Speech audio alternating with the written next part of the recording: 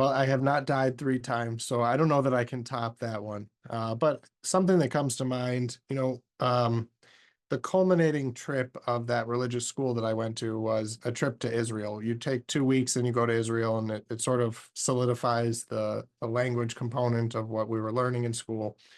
And I hadn't been back to Israel in quite some time. But I married an Israeli. My wife is Israeli, and her family moved here when she was 4, 5. And we go there every year, every other year. And we were in Israel on October 7th last year when the war broke out. And the fact that we survived, the fact that we got out of Israel, to me, it felt like a miracle. We were in the south when the war broke out, and the ground attack was something like 20 kilometers from where we were. And we were one of, if not the last planes out of Israel. We just happened to be leaving anyway that day. We were headed to my cousin's wedding in Paris, and we had our car already booked, which is probably the only reason that we were able to get a car. That was a huge impediment for people to leave. We had our flight already booked, so we weren't scrambling last minute. And, I went to check out that morning and I asked for a final bill, and the front desk was like, have you seen the news? I'm like, no, what are you getting at? Maybe you want to check the news, maybe you don't want to check out. That alarmed me a little bit. Israel's always got some sort of conflict. There's always rockets, there's always something.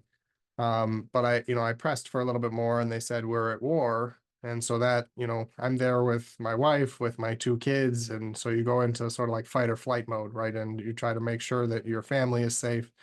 And we drove from the south to the north with smoldering piles of rocket debris on each side of the road. Um, my 5-year-old's watching Bluey on an iPad. My 2-year-old is crying in and out of sleep. And they're asking me, is the smoke on the side of the road, is that candles? And they're blissfully ignorant to what's going on, that there's literally a war going on. And to this day, they don't really know what we made it out of. And just the fact that we made it out, to me, is a miracle. It's a blessing. Um, I'm not super confident that if my wife had gone with just our kids, that they would have made it out. And there are just so many bad scenarios and directions that same facts pattern could have taken, that I think every step of the way we got super lucky to have made it out. And so, yeah, it's not dying 3 times, but to me, it felt like a miracle. It felt like quite a relief when the wheels finally took off on the plane. Um, and it's still a little bit surreal looking back on it that we were there for that. So. Well, no, I mean, honestly, I don't think anyone ever travels anywhere and imagines anything like what happened that day would ever happen. I know you said that Israel has been at times off and on at war in conflict. And so it's not, out of the realm of possibility, but just the level at what happened that day. I mean, you don't even plan for that or even consider that it's a possibility.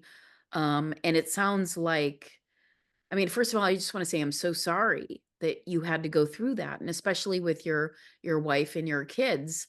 But it sounds like everything that had to go right did go right to get you out of there.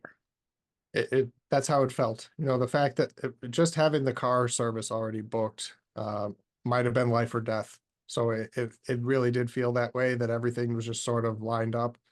The flight times, the departure time from the hotel, everything just sort of seemed to be perfectly arranged.